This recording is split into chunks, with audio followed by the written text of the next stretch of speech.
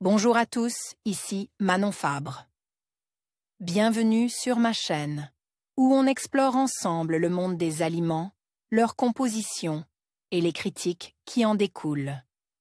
Si vous voulez mieux comprendre ce que vous mangez et faire des choix éclairés, n'hésitez pas à vous abonner pour rester informé. Prêt à découvrir? C'est parti. Bonjour à tous. Dans cette vidéo, je vais aborder un sujet qui pourrait vous surprendre, le risque de tomber malade en consommant de la bière sans alcool par rapport à la bière traditionnelle.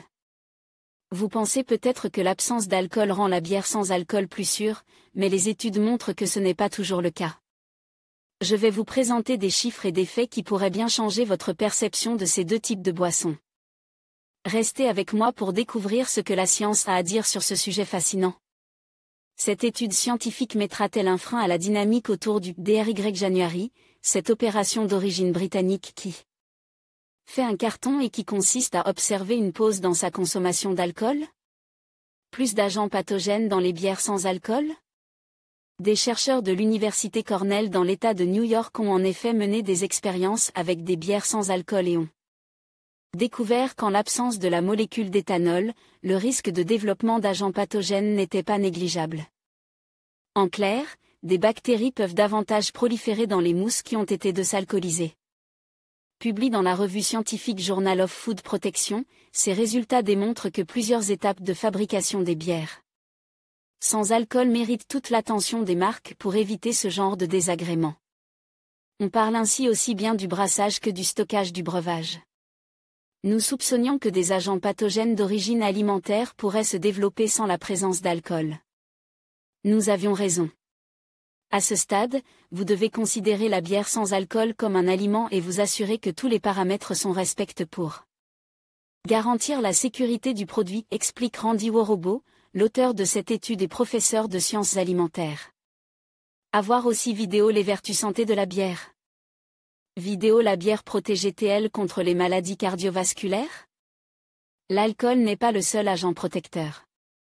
Pour arriver à une telle conclusion, les scientifiques ont inoculé des échantillons de bière sans alcool et d'autres faiblement doses.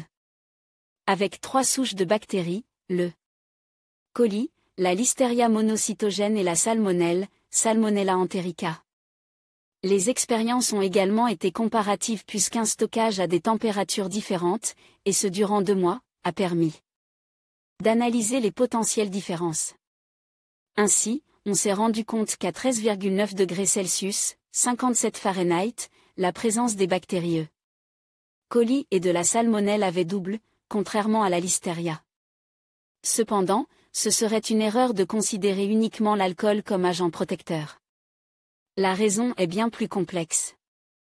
C'est en réalité une combinaison de facteurs qui protégeaient la bière traditionnelle du développement d'agents pathogènes, contrairement à leur pendant de s'alcoolisent. Les premières présentent en effet un pH faible, contiennent très peu d'oxygène et sont marquées par l'acide du houblon, concourant à une stabilité microbienne. On ne peut malheureusement pas en dire autant des secondes. Les ventes de bières sans alcool au top.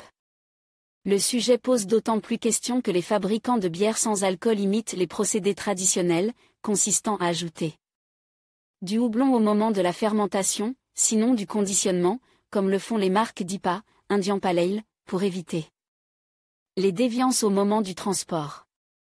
Dans le cas des mousses sans alcool, on se sert de cette technique pour accentuer le goût du breuvage, sauf que les scientifiques l'indiquent comme une manœuvre pouvant potentiellement introduire une contamination. Ces révélations interviennent dans un contexte très dynamique pour les bières sans alcool, le tout premier rayon à avoir jeté les lignes de cette nouvelle tendance de consommation.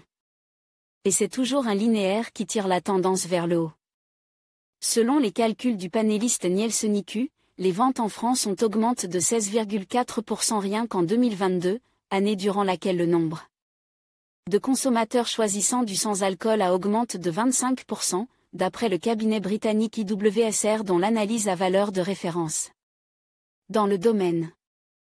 En conclusion, bien que la bière sans alcool puisse sembler être une alternative plus saine, des études récentes suggèrent qu'elle pourrait présenter un risque accru de tomber malade par rapport à la bière traditionnelle. Cela souligne l'importance de rester vigilant quant à nos choix de consommation, même lorsque ceux-ci semblent inoffensifs. Il est essentiel de se renseigner et de comprendre les effets potentiels de ce que nous consommons. Merci de nous avoir suivis, et n'hésitez pas à partager vos réflexions sur ce sujet.